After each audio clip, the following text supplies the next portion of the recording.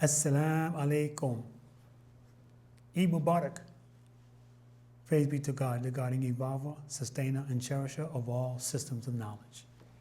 When we say Assalamu alaikum, we're saying may God's peace be unto you and who you represent. This is the observance day for Muslims worldwide, and we say Eid Mubarak. And that is a reoccurring of human nature, getting back to the actual facts of life. And what is the actual facts of life? It's following our second father, our first father, Adam. His life is to be industrious, Adam's life. Adam, we all know who Adam is, the industrious life. He was an industrial person that gave the example how to work and not stop until you leave this earth. And our second father, Ibrahim, may peace and blessings be upon them, Adam and Abraham, because he sacrificed. And I'm going to get into how he sacrificed. But first, let's make a prayer for all those who are suffering, that don't have as much as what we have as individuals, as families, as communities. There are those in the world that don't have as much as you. There are those in the world who would love to have what you have, even though you don't think you have enough. So let's pray for those in the Sudan. Let's pray for those in all parts of the world, those in Philistine, those in America that don't have and don't understand what's about to possibly happen that will cause for them to have less. So it's important to recognize the significance of where you are, morally, psychologically, physically, and how we should have an appreciation for being able to have another day to exemplify the excellence that the Creator has blessed us with. And so it's important that we recognize the importance and significance of those things that are essential that sustains us. And be assured, those things that have sustained us has allowed for us to think appropriately. So, dear beloved people, I say to you, we're here in the Capital District of Albany, New York, and we're about to renovate a property that was donated to us for an Islamic center. And this property is called Taqwa wa Jihad. Came from a place 50 years ago when I was in a masjid in the Bronx, across from Yankee Stadium, called Taqwa wa Jihad, with Imam Abdul Haq Muhammad, a very significant leader, a significant guide that studied the guidance of the Quran and the life of Prophet Muhammad, may peace and blessings be upon him, and guided us to a worthy, important place in this creation. And that place that he guided us to was the circumference of the significance of our thinking. And we recognize that he has championed the cause in his life up until this very day to allow for us to be able to understand the importance of what the Creator has blessed us with. So this place, Taqwa wa Jihad, Taqwa, meaning what? Regardfulness. Praise be to God that we have a very important significance that the Creator has blessed us with from creation. And that creation and the significance is that we should think. Don't listen to the noise. Don't listen to those that want to take you to a place that's diabolical. There are those that want to hack you through social media, whether it's TikTok, Instagram, Facebook, X. There are those that want to take you to a place that you may not be able to escape once you go there. Because when I say you go there, because the number one crime is self-abuse. How you use yourself or how you allow yourself to be used, you can't blame them, it, her, Jack Daniels, Hennessy, Corona, hemp, them, it, none of it. You have to make the final decision after you get all the information. And if you do that, Do what? Do make that decision for a moment's pleasure, for a possible lifetime of misery. Don't blame anyone else. Don't blame your parents. Don't blame the European. Don't blame nobody but you.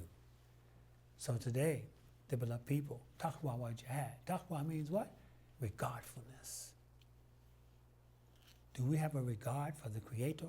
A regardfulness for all the things that we have, that we've been blessed with, that He has given us? What is the most important thing that the Creator has blessed us with?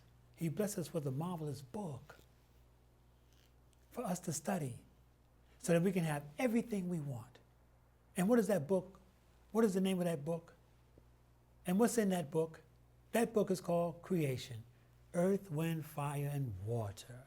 And we studied that book to get everything we want, to get the eyelashes, to get the nails, to get the jeans, to get all the houses, all the cars, iPhones, cell phone, whatever.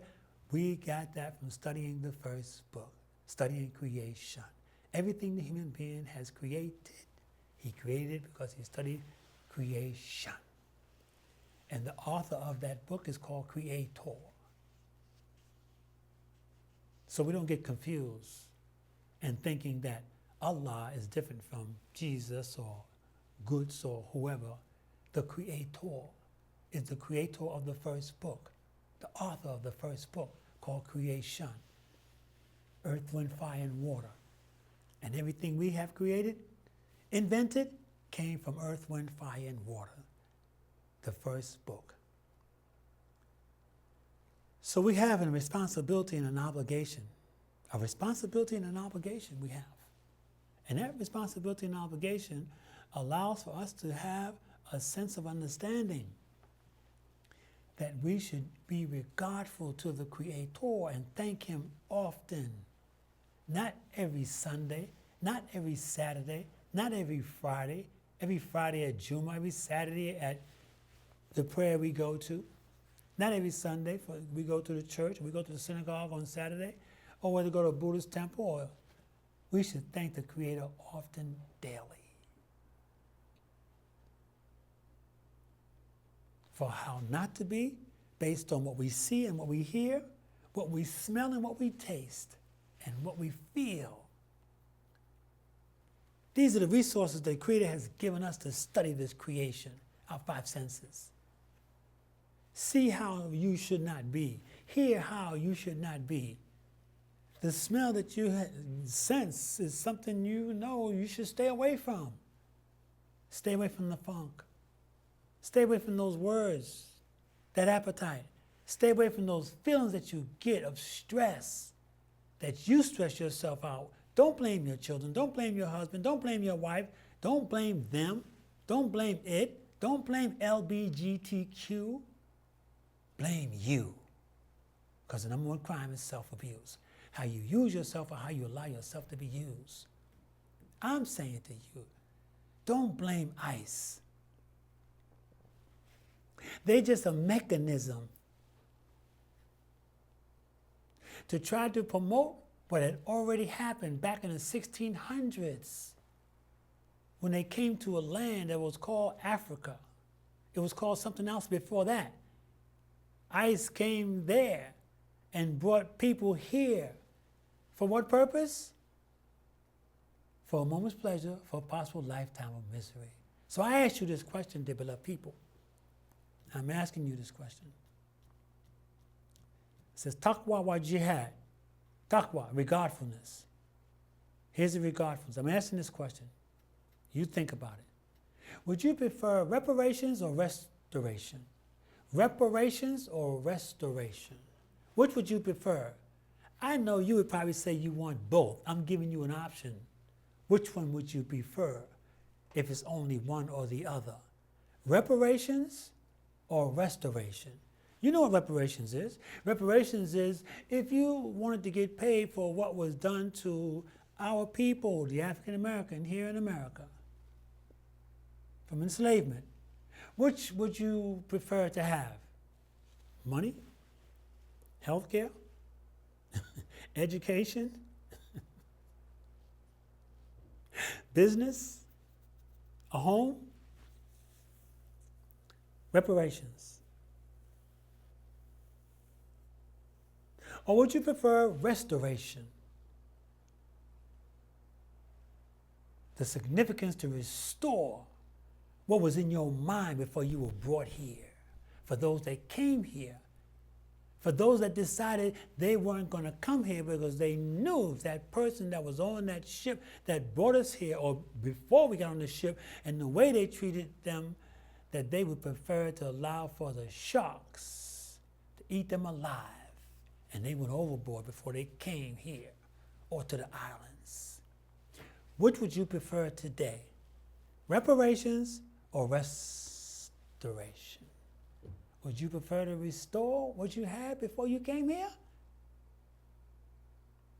Or would you prefer reparations, and the reparations you would prefer is money, so you can go get some more Hennessy, Jack Daniels, hemp, him, her. That's what you prefer. Would you prefer that?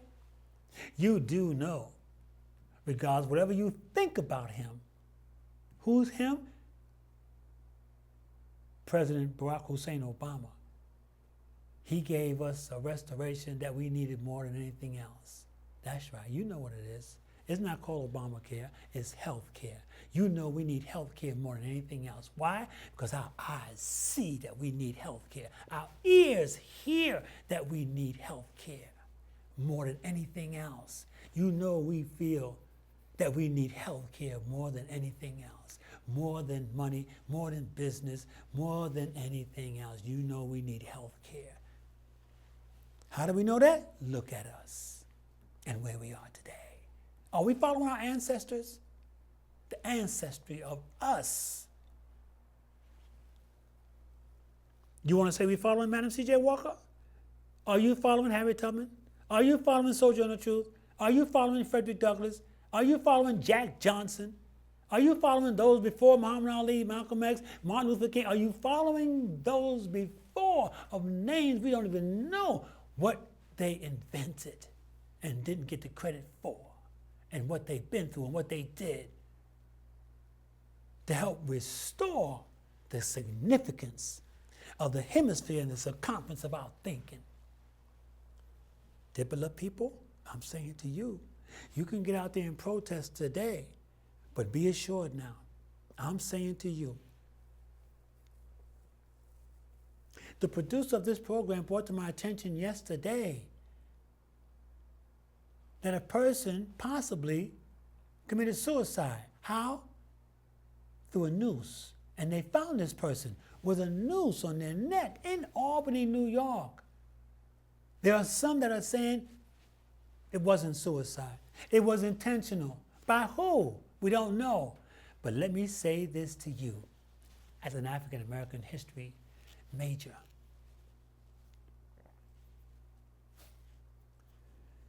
The most fear that the African American has is the fear that was put into our ancestors way back 300-400 years ago.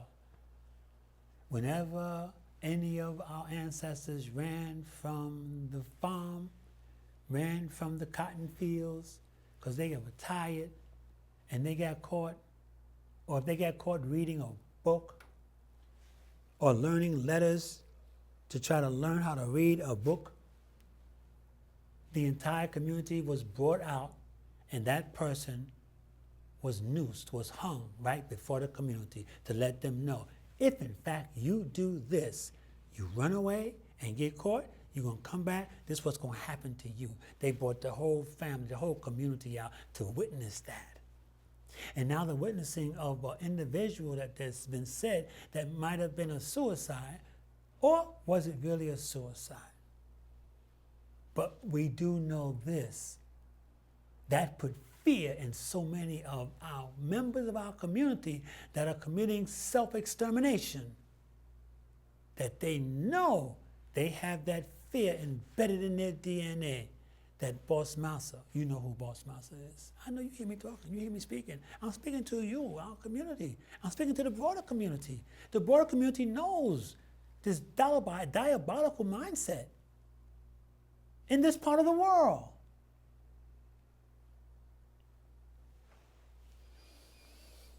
So I say to you, dear beloved people, prepare yourself. 5 P's. Proper preparation prevents poor performance. Be prepared for the worst. Not because this Saturday is going to be a parade, we're going to celebrate a birthday, we're going to celebrate Juneteenth. Prepare yourself always for the worst, and prepare yourself always to strive for the better. Taqwa wa jihad. Taqwa, be regardful of the Creator, and if you do that, the Creator will give you without counting. Ibrahim, may peace and blessings be upon him, was willing to take his son's life because he believed the Creator had requested for him to do so, and the son said, if the Creator asked for you to do that, cooperate. And that's all the Creator wanted him to do, was to cooperate. And the Creator said, no, sacrifice your son. So here, what is the message? The message is sacrifice. Don't be greedy. Don't be too proud. Don't be arrogant. Don't be a racist. Don't be ugly and nasty and indecent. Don't do to others what was done to you and your ancestry. Don't do that to them today.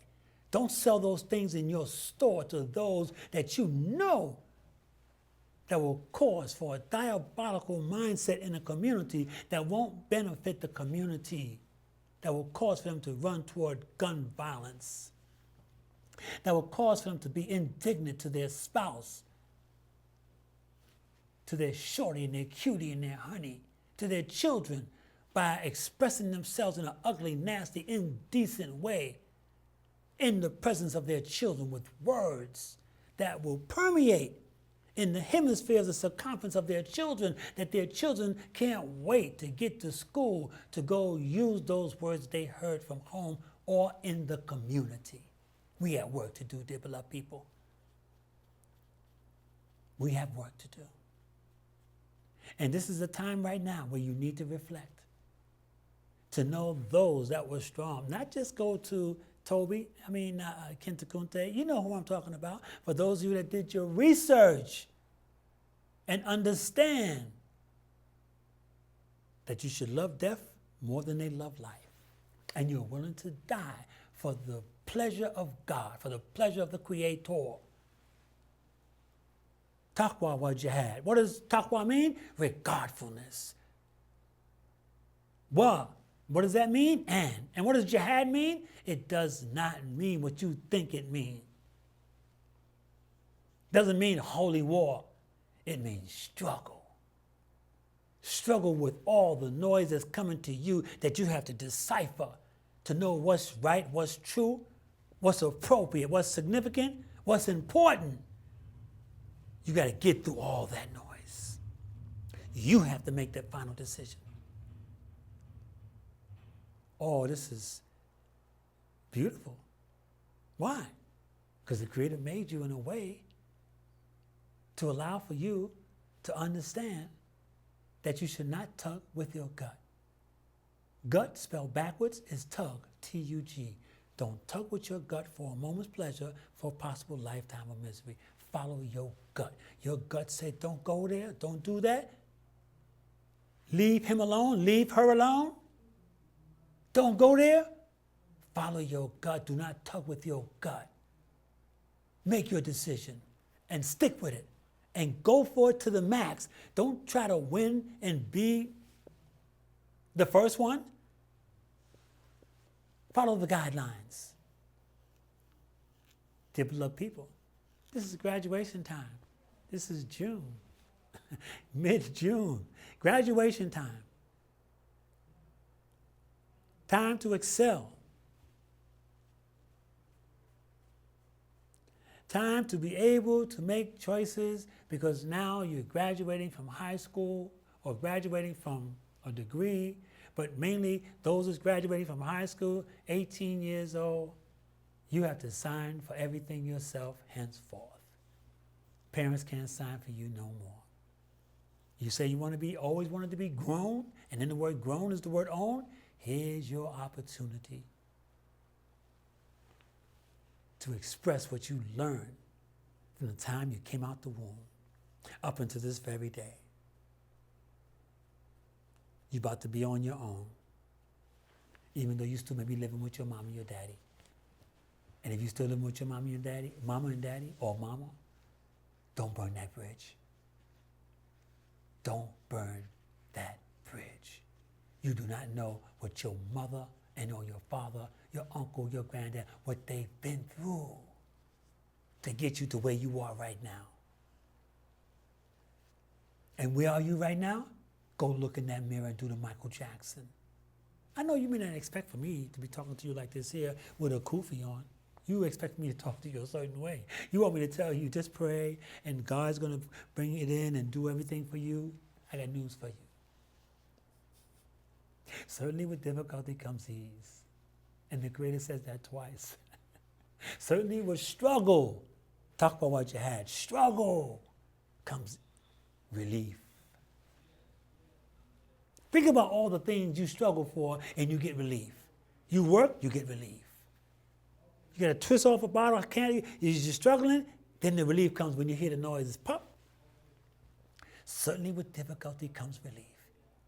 You, male or female, man or woman, man, maintainer, protector, provider, woman, the womb of man, the W-O stands for womb, W-O-M-B, the womb of man. I'm saying to you, dear beloved people, make sure you understand that you have the right diet. The right diet. And that right diet that we're hearing on news media right now, all over the country, is saying out loud, shouting it, that we should adhere to those before in our ancestry of what they said we should do. They said you should fast. Ask any doctor will tell you that's the best diet for any ailment. Ask your doctor. It's fasting. You may say you fast. That's why you have break fasts or breakfast. Because you fasted from the time you went to bed at 10, 11 o'clock at night until early in the morning, right? Yeah. But then what do you do after that? Many, too many, gorge yourself with food and breakfast, lunch, and dinner. And there are those in the media that are saying right now, one meal a day. That can suffice you. But no, the world says you must have 3 meals a day. Therefore, the body cannot refurbish itself appropriately and properly. So we have to look at how we've been played, manipulated, conned, bamboozled, run amok, lied to, living a lie of myth, a lie. We have to straighten that out. Who's we? You and all that's in you that you represent. I said to you when we opened up, we say, may God's peace be unto you, assalamu alaikum, and who you represent. Who do you represent? You represent every organ in your body. You can't blame your organs for coming out of their natural nature if you didn't have the right diet for that organ. Kidney, spleen, heart, skin. You're the doctor. The doctor, when you go to the doctor asks you questions. You don't ask the doctor questions. The doctor asks you questions about your diet, about your methodology of how you put things into yourself. They asked you, do you smoke? They asked you, do you drink? They asked you, are you on drugs? They asked you right now, have you been threatened? They asked you right now, have you thought about suicide? They asked you these questions. You're the doctor.